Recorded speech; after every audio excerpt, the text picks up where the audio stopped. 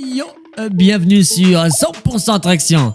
Moi, c'est Edouard T et je suis face au Vipo. Salut. Est-ce que par pur hasard, on serait pas par hasard déjà le 6 décembre? On est le 6 décembre, donc c'est la 6e vidéo de notre calendrier de l'Avent. C'est une vidéo par jour jusqu'à Noël. Et qu'est-ce qu'on fait dans ces vidéos? Eh bien, on fait le tournoi des parcs d'attractions. En effet, sur Instagram, on a organisé des sondages pour que vous nous donniez votre parc d'attractions préféré. En parlant de partage et tout, regarde, il y a 2 chocobons aujourd'hui. C'est trop sympa. Les parcs d'attractions, les deux premiers qui vont s'affronter comme deux chocobons sont Plopsaland de Panne Versus Frespectus City, un parc belge face à un parc français.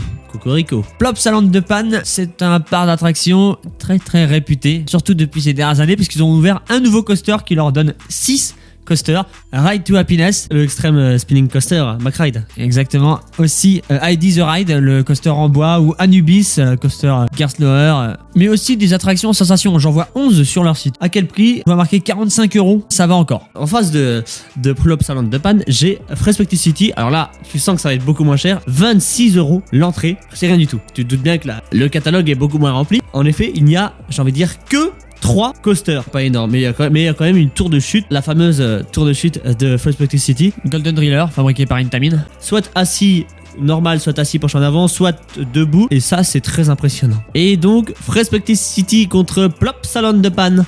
Un duel qui doit, sur le papier, être assez déséquilibré. Qu'est-ce qu'on dit nos abonnés? Sur Insta, vous avez voté et vous avez choisi à 64%, donc c'est vraiment pas énorme. Plopsaland de Panne, le parc belge. Je pense que le Ride to Happiness a bien fait pencher la balance de son côté. Il a tiré fort. Et bien on va voir le deuxième duel de cette vidéo. Si ce parc-là va aussi tirer la balance de son côté, Phantasialand versus Le jardin d'acclimatation. On va pas dire que le duel est pas serré. Et je tiens à préciser que on a été surpris par le résultat. Je te laisse nous parler de Phantasialand. Phantasialand en quelques chiffres. Déjà, c'est un parc allemand qui contient 7 coasters. C'est beaucoup.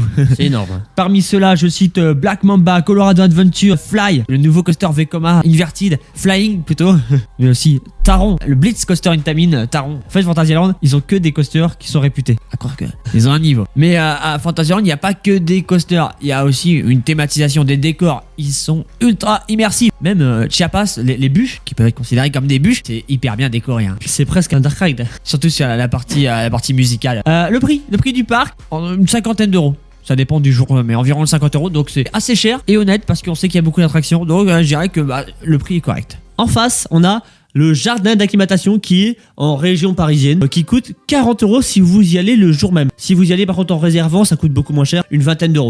Jardin d'acclimatation fonctionne en particulier, vous ne payez l'entrée, mais après vous payez les attractions. Ou alors vous prenez un pass illimité qui vous donne accès à toutes les attractions. Ce pass dont je parle, mais c'est vrai que tu fais bien de le souligner. Le jardin d'acclimatation, c'est 4 coasters. Il n'y a pas de grands noms comme à Phantasialand, mais il y a quand même des coasters qui sont à Paris. On s'attend pas à voir des coasters à Paris. Ok, tu pousses les murs de Paris pour qu'ils englobent le parc. Eh bien, est-ce que il aura su tirer le classement de son côté? Bah ça, c'est pas nous qui avons choisi. Et le choix a été surprenant. Comme je le disais, il n'y a pas un 100% à 0 comme on pourrait le penser, parce que Phantasialand, c'est vraiment le parc de l'excellence. Hein, on n'a pas peur de le dire. Hein. C'est peut-être notre parc préféré, peut-être à vous aussi. Il y a eu un 93% pour Phantasialand, évidemment. Mais 93, on s'attendait pas quand même à voir le jardin d'acclimatation mettre des petits bâtons dans les roues de Phantasialand. Hein. Et c'est dangereux parce que c'est quand même des bons coasters. Enfin bon.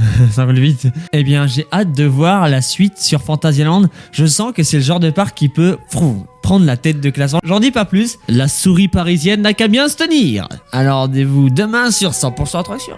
À demain.